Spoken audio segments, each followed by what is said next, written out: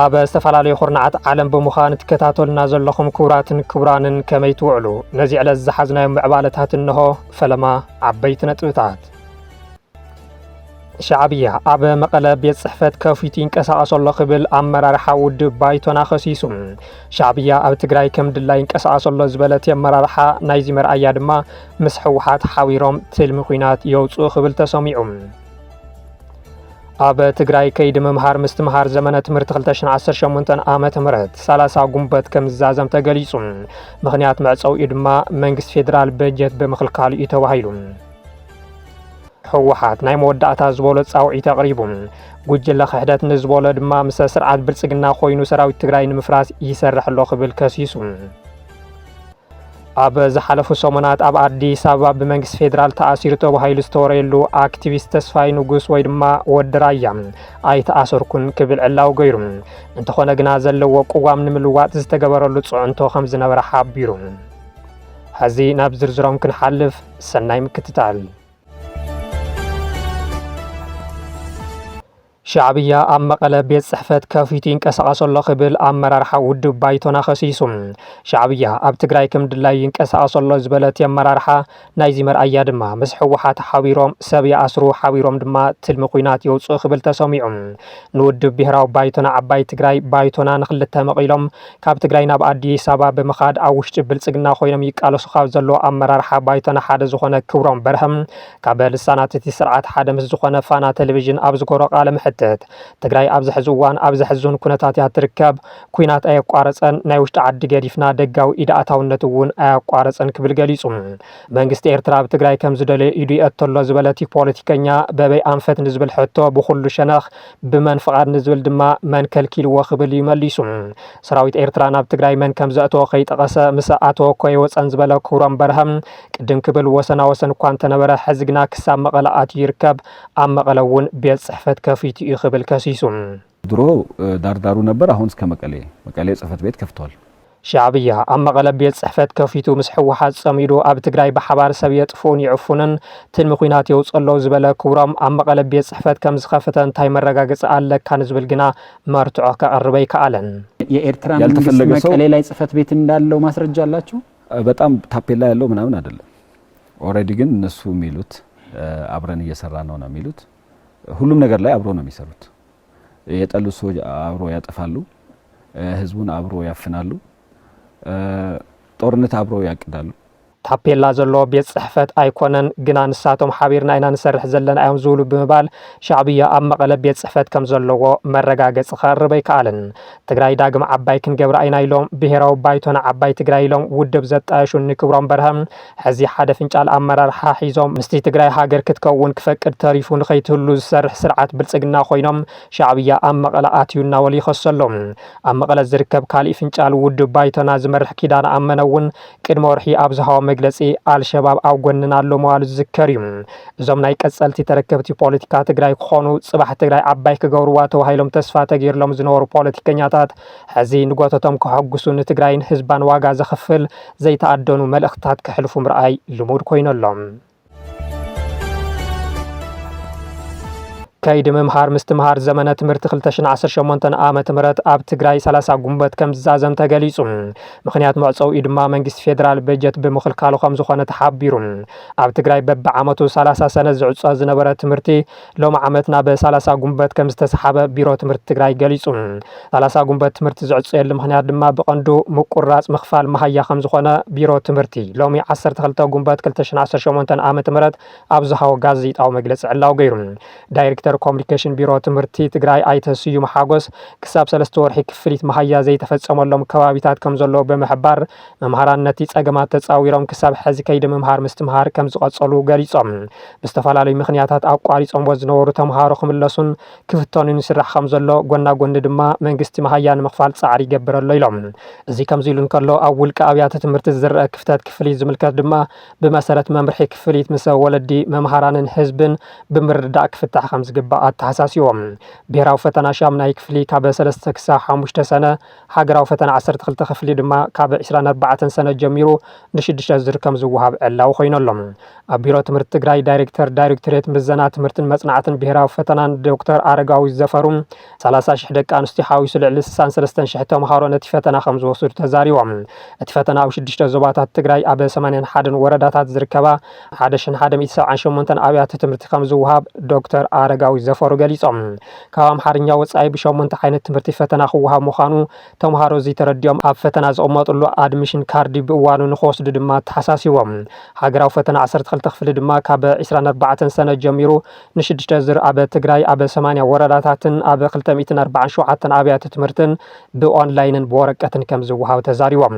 ኣብዚ ዓመት ካብ ትግራይ ልዕሊ 15,000 ደቂ ኣንስትዮ ዝርከቦም ልዕሊ 29,000 ተምሃሮ ሃገራዊ ፈተና 12 ክፍሊ ከም ዝወስዱ ተዛሪቦም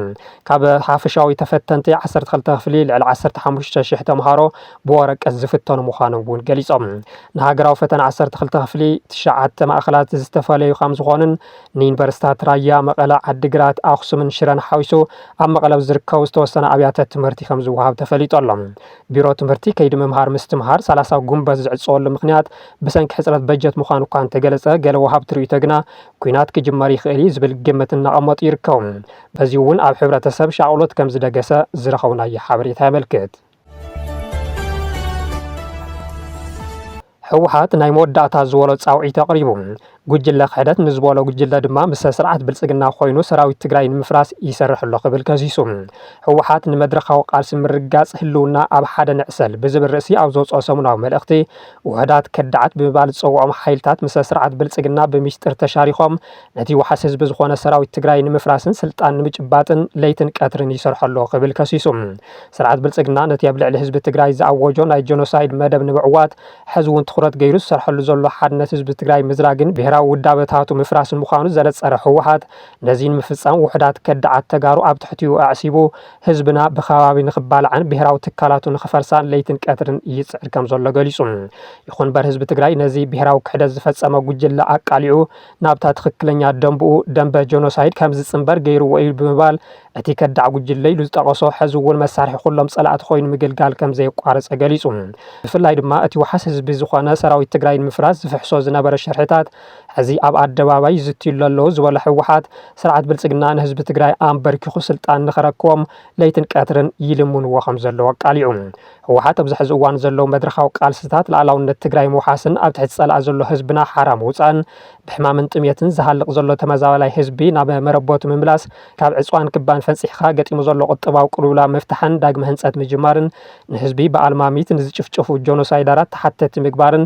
መሰል ዓርሶ ውሳነ ህዝቢ ትግራይ ሙሉእ ብሙሉእ ዝረጋገጸሉ ባይታ ምፍጣርን ምዃኑ ኣብሪሁ ሕወሓት ናይ መወዳእታ ዝበሎ ጻውዒት ዘቕረበ ኮይኑ ብዝተፈላለየ መልክዕ ተታሊሎም ምስ ጸላኢ ብምውጋን ኣንጻር ላዕላውነት ትግራይ ንሰርሑ ዘለዎ ኣካላት ኣብ ህዝብኹም ዘይነጽፍ ጸሊም ታሪኽ ኣይትጽሓፉ ዝሓለፈ ኣክሊልኩም ናብ ዓድኹም ተመለሱ ዘለኩም ፖለቲካዊ ኣፈላላይ ብሰላማዊ መንገዲ ኣሰጉሙ ክብል ኣተሓሳሲቡ ካብዚ ሓሊፉ ምስ ጀኖሳይደር ወጊንካ ዝረጋገጽ ፖለቲካዊ ዕላማ የለን ክብል እውን ኣጠንቂቑ ኣብ ዝሓለፉ ሰሙናት ኣብ ኣዲስ ኣበባ ብመንግስቲ ፌደራል ተኣሲሩ ተባሂሉ ዝተወረየሉ ኣክቲቪስት ተስፋይ ንጉስ ወዲ ራያ ኣይተኣሰርኩን ክብል ዕላው ገይሩ